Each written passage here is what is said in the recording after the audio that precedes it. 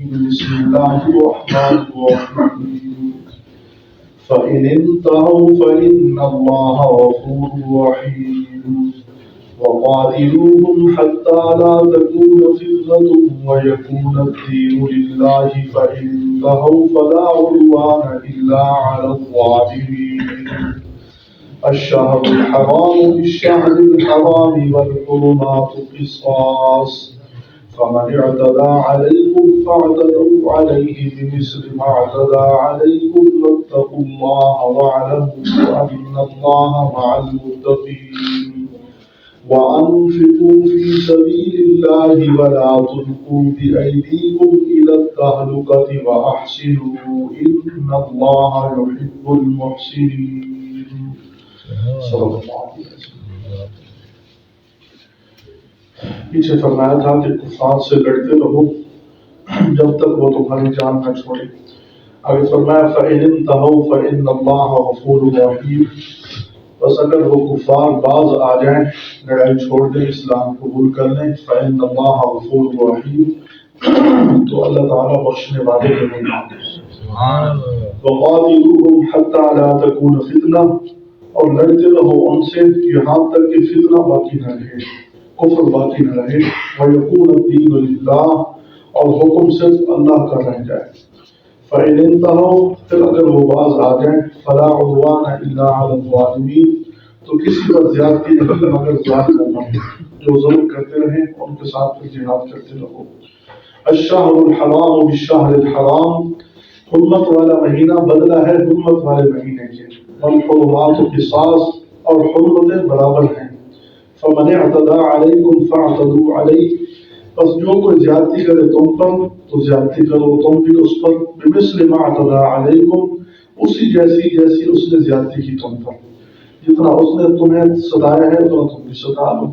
واتقوا اللہ، اور اللہ سے ڈرتے رہو، واعلموا ان اللہ مع المتقین، اور جان لو کہ اللہ پرہیزگاروں کے ساتھ ہے۔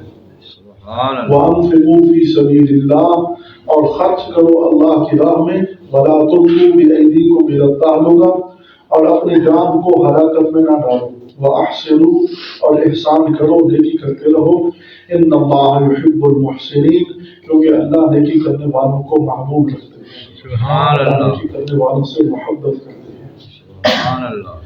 فَإِنِ انْتَهَوْا فَإِنَّ اللَّهَ غَفُورٌ رَحِيمٌ، پچھلی آیت میں فرمایا کہ وَلَا تُقَاتِلُوهُمْ عِنْدَ الْمَسْجِدِ الْحَرَامِ حَتَّىٰ يُقَاتِلُوكُمْ فِيهِ، مسجد حرام یہ احترام کی جگہ ہے، احترام کی جگہ میں ان سے نہ لڑو، ہاں اگر وہ خود تم سے لڑتے ہیں پھر تم بھی لڑو۔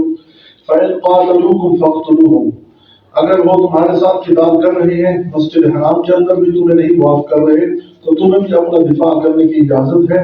یہ نہیں ہے کہ وہ تلوار اٹھا کر کھڑے ہو جائیں اور تم نیچے سے خاموش کھڑے رہو، نہیں، تلوار ان سے چھین لو اور چھین کر اسی جگہ اس کو رگڑ دو۔ اللہ تعالیٰ نے یہ حکم دیا ہے۔ فرمایا اگر وہ باز آ جائیں تو ٹھیک ہے، اگر نہیں باز آتے، مسجد حرام میں بھی تمہارا احترام نہیں کرتے تو تم بھی ان کو پکڑ کر وہیں قتل کر دو۔ تو یہ احترام کی جگہ برابر ہے۔ آگے اس کا مسئلہ آ رہا ہے۔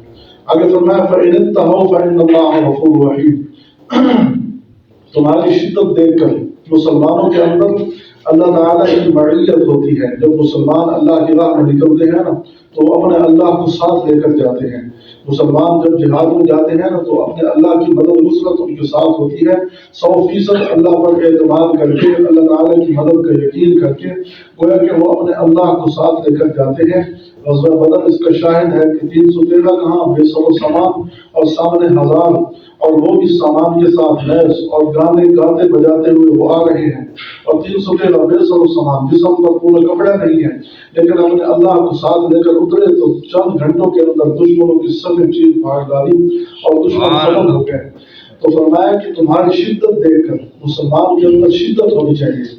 جہاد کے معاملے میں ایک مسلمان بارود نظر آنا چاہیے، دور سے نظر آئے کہ یہ مسلمان، یہ محمدی آ رہا ہے، یہ مجاہد آ رہا ہے۔ تو فرمایا تمہاری شدت دیکھ کر، تمہاری سختی دیکھ کر اگر وہ باز آ جائیں، یعنی کفر چھوڑ دیں، اسلام قبول کر لیں، تو پھر وہ یہ مایوس نہ ہو کہ ہم نے تو اتنے بڑے جرائم کیے ہیں، مسلمانوں کے اتنے بڑے سپہ سالار مارے ہیں، یا مسلمانوں کو بہت زیادہ نقصان پہنچایا، ہمیں کیسے معافی ملے گی؟ فإن اللہ غفور رحیم، اللہ بخشنے والا مہربان ہے۔ اللہ تبارک و تعالیٰ اسلام کی برکت سے سارے گناہ معاف کر دیتے ہیں۔ الاسلام یرحم ما کان قبلہ، ایک اصول ہے کہ اسلام سے پہلے جو گناہ ہوئے، بڑے بڑے گناہ ہوئے، فرمایا اسلام کی برکت سے وہ سب معاف ہو جاتے ہیں۔ فإن اللہ غفور رحیم، کیونکہ اللہ بخشنے والا مہربان ہے۔